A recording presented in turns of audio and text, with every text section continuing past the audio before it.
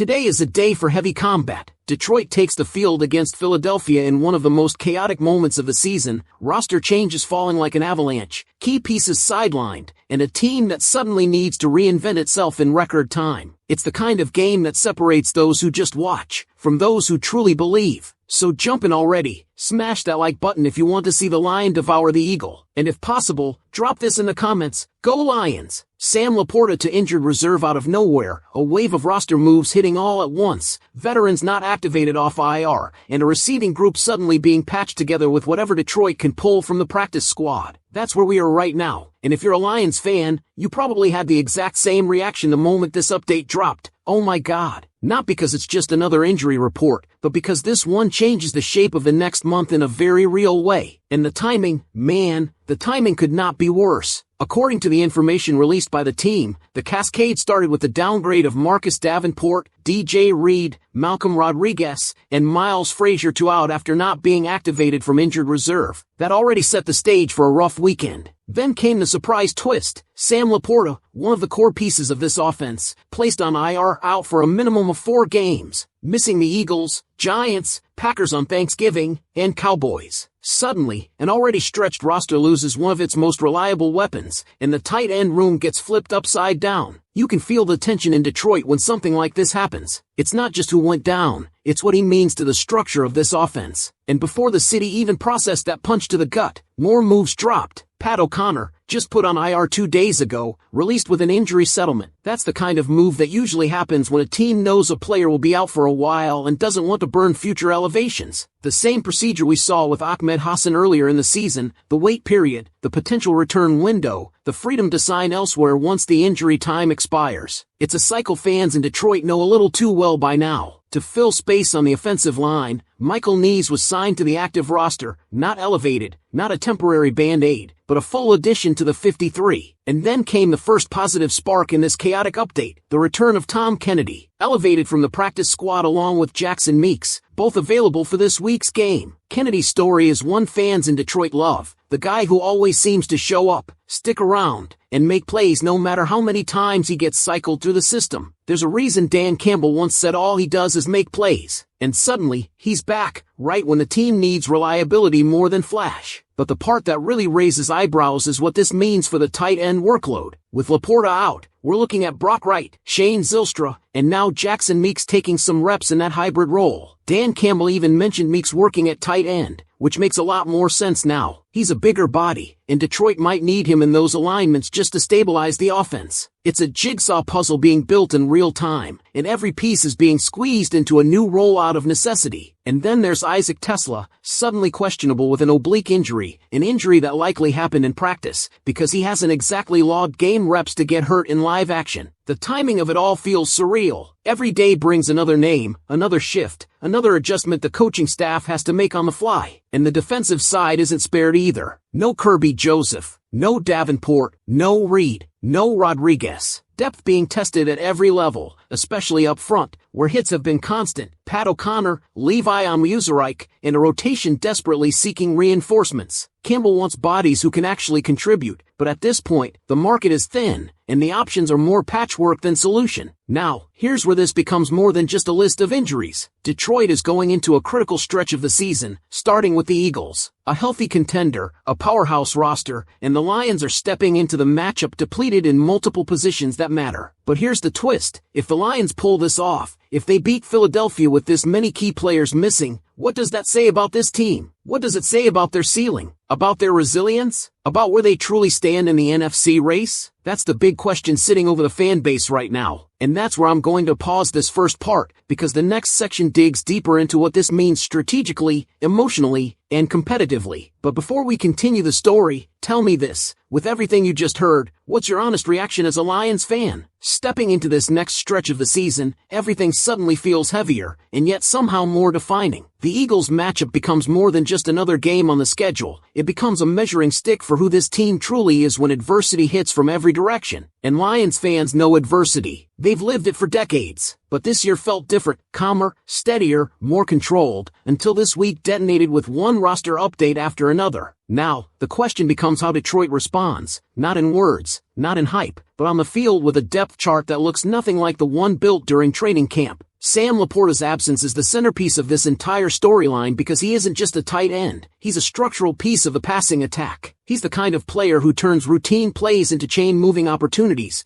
the safety valve who makes the offense function smoothly when coverage is shut down the outside routes. Losing him forces Detroit to reshape its identity for the next month, and that ripple effect touches everything. Brock Wright can block, Shane Zylstra can make contested plays, and Jackson Meeks has the size to moonlight as a hybrid, but none replicate LaPorta's versatility. That means Ben Johnson now has to become even more creative. More motion, more misdirection, more leaning into unexpected personnel packages just to stress defenses the same way. And we've seen Johnson do that before, so the challenge is real, but not impossible. What makes this moment uniquely tense is how much the injuries stack on top of each other. You can survive one major loss. You can work around two, but when the defensive line takes hits, when the safety group is missing key players, when practice squad receivers suddenly become essential, you reach a point where grit alone isn't enough. You need someone to step up, someone to play above expectations, someone to become the unexpected spark. And Detroit always seems to find that guy. Maybe it's Tom Kennedy making the kind of play he always seems to make. Maybe it's Meeks settling into a bigger role. Maybe it's Brock Wright turning into one of those midseason heroes Lions fans talk about for years. These are the moments where new stories begin. And if there's one thing that stands out, it's how important Michael Nee's becoming a permanent addition to the 53 is. That wasn't a practice squad patch. That was a full-blown commitment. The Lions believe he can help stabilize a unit that will need every ounce of protection it can get, especially against fronts like Philadelphia and Dallas. It's not flashy, but it matters. These quiet moves often become the difference between surviving a rough stretch or spiraling through it. Meanwhile, defensively, the situation is equally complicated. No Marcus Davenport again. No DJ Reed. No Malcolm Rodriguez. No Kirby Joseph. That's a core piece of every level of the defense missing all at once. When fans talk about Detroit needing bodies, they're not exaggerating. This team is stretched thin in the trenches and in coverage. And unless someone unexpectedly hits waivers or answers the call at the perfect moment, the Lions will need to win through discipline and coaching more than raw star power. Yet here's the twist that makes this whole thing fascinating. If Detroit beats the Eagles while this depleted, the narrative of the entire NFC shifts. It's not just another win, it's a declaration. A game with this many disadvantages would usually be written off, dismissed as a schedule loss, but if the Lions somehow pull it out, they instantly become the team no one wants to see in January. Because any roster can win when it's healthy. Only real contenders win when they're bruised and patched together with practice squad elevations and mid-season role changes. That's why this stretch matters so much more than the standings show. It's about what Detroit becomes through it. So now the stage is set. This next game doesn't just test talent. It tests identity. It tests belief. It tests everything this coaching staff has built. And as much as the situation is difficult, it also feels like one of those moments where Lions fans could look back months from now and say, that was the week everything changed. Before I wrap this up, I want to hear from you. As a Lions fan watching all these moves unfold, do you believe this team has enough resilience to push through this stretch and come out stronger on the other side? What happens next will define how the rest of this season feels, because when a contender gets shaken, the response either strengthens the foundation or exposes the cracks. And in Detroit's case, the foundation has been one of the strongest parts of this entire rebuild. Dan Campbell has built a locker room that doesn't splinter when key pieces go down. It leans in, tightens up, shifts responsibilities, and finds ways to compensate. But even with that culture, even with that mindset, losing Sam LaPorta for 4 games forces a recalibration that fans haven't had to witness since last season's injury avalanche. The difference now is that expectations are higher, the stakes are bigger, and the schedule is far less forgiving. That's why this stretch becomes more about adaptability than raw force. Ben Johnson must reshape the passing game with Brock Wright and Shane Zylstra taking the bulk of tight end snaps. Neither brings LaPorta's dynamic presence, but both understand this system well enough to offer stability. And Jackson Meeks stepping into occasional tight end alignments adds an intriguing wrinkle, not because he becomes a centerpiece, but because his size and versatility give Detroit an option defenses won't immediately be prepared for. When you lose a central weapon, you can't replace him, you alter the geometry of the offense so the defense can't key in on the loss. That's what Johnson's challenge becomes now. And then there's the emotional impact on the team. Players know when a guy like LaPorta goes down, the weight shifts onto everyone else. The leaders of this team, the veterans still healthy enough to suit up, have to set the tone. They know the defense is short-handed. They know the pass rush is bruised and thin. They know the secondary has fewer proven hands available. But football is a momentum sport, and momentum isn't just about big plays. It's about energy, urgency, and the refusal to let the moment shrink you. If Detroit steps onto that field with that edge, even without the weapons they expected to have, they can survive this storm long enough for reinforcements to return. Meanwhile, the defensive side of this conversation continues to be the most concerning. Not having Marcus Davenport cuts into the rotational push-up front. Missing DJ Reed hurts the reliability in coverage. Malcolm Rodriguez brings a unique spark and physicality that's hard to duplicate. And Kirby Joseph being out removes one of the most instinctive players on the field. Every one of those absences magnifies the pressure on the next man up.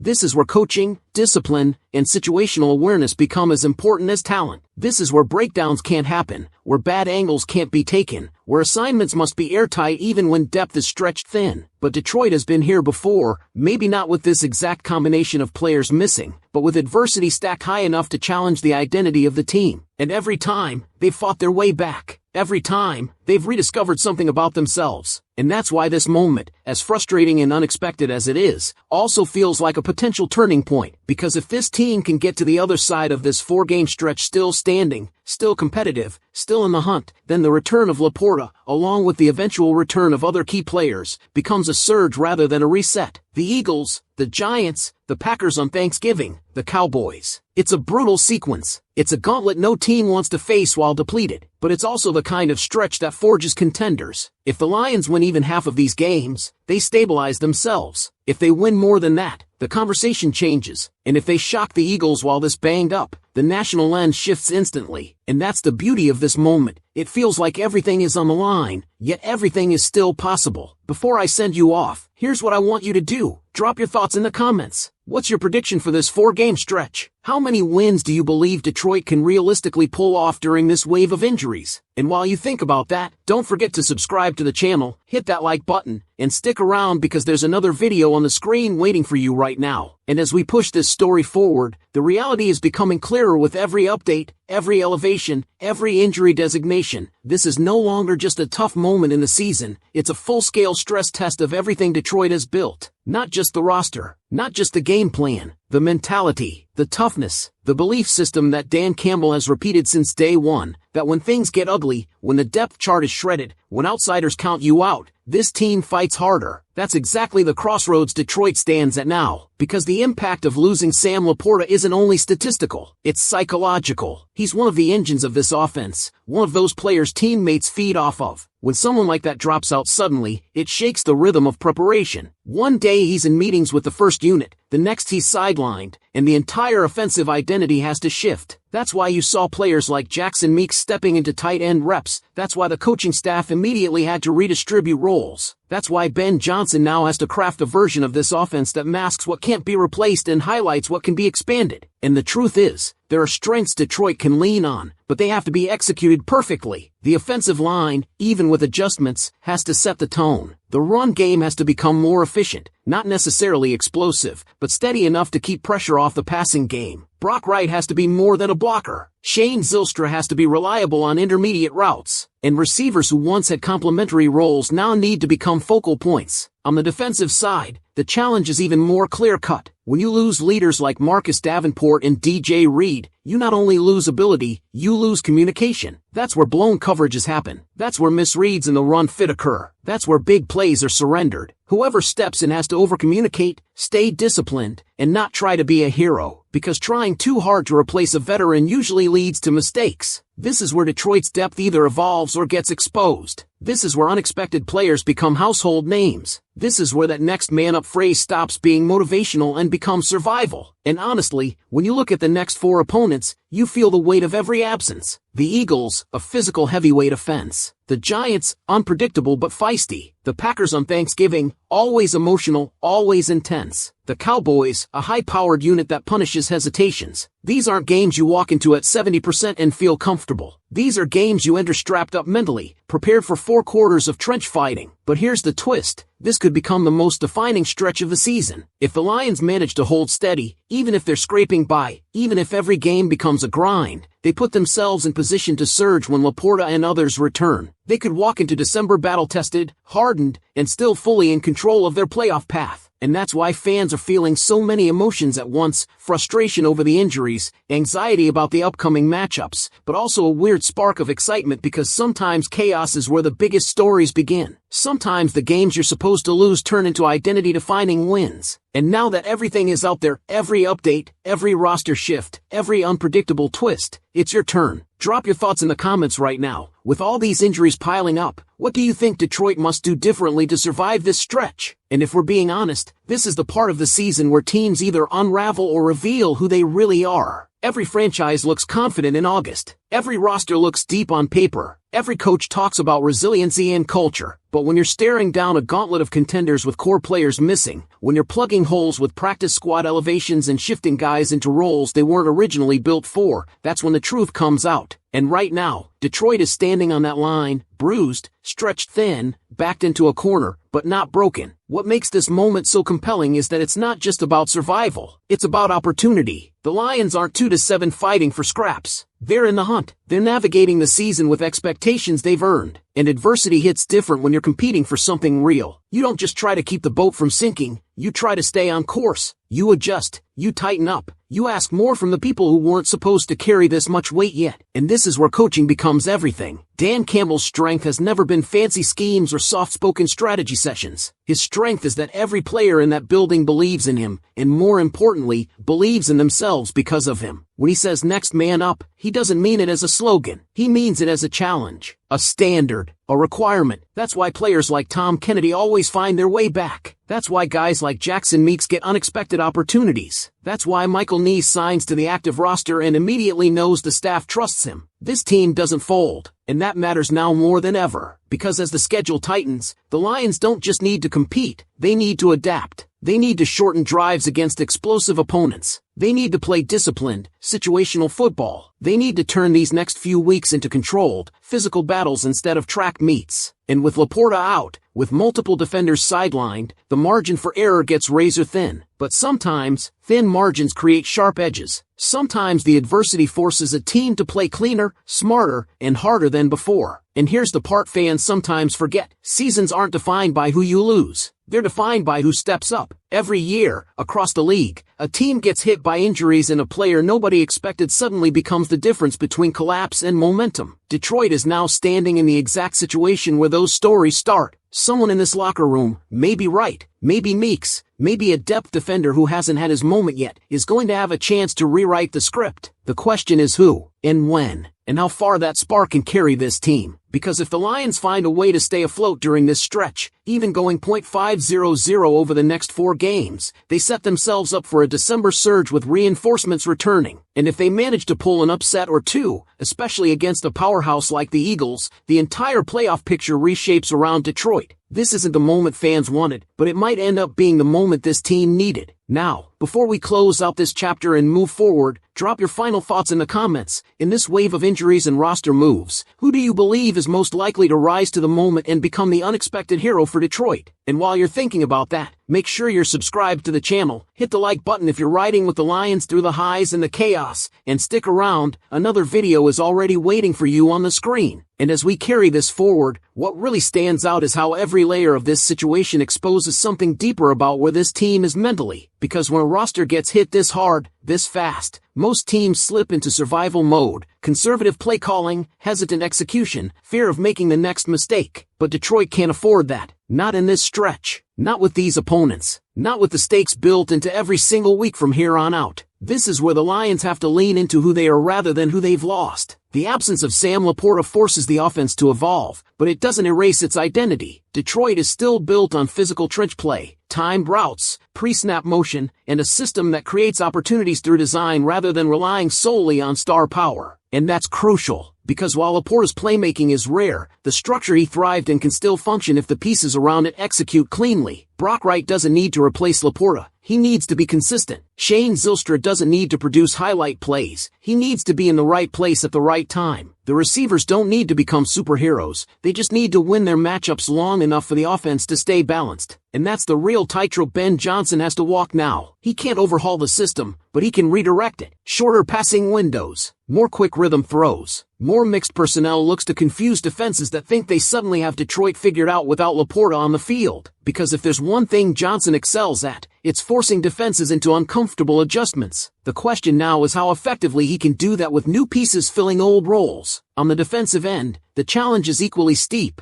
not just because of who's out, but because of who they're facing. Philadelphia demands discipline. The Giants demand patience. Green Bay demands emotional composure on a national stage. Dallas demands flawless assignment football. These are games where mental toughness becomes as important as physical ability. And that's why losing leaders like Davenport, Reed, and Joseph all at once hurts more than the stat sheet can show. Leadership is what keeps a unit aligned when fatigue sets in, when offenses go tempo, when crowd noise spikes, when one blown coverage can flip the entire script. That's where Detroit needs someone unexpected to take command. It doesn't always have to be the biggest name. Sometimes it's the linebacker who communicates better than anyone else. Sometimes it's a rotational lineman who sets the tone with effort. Sometimes it's a safety filling in who refuses to let the secondary fall apart. These are the games where reputations are made, not because of explosive plays, but because of moments of clarity and poise that stabilize everyone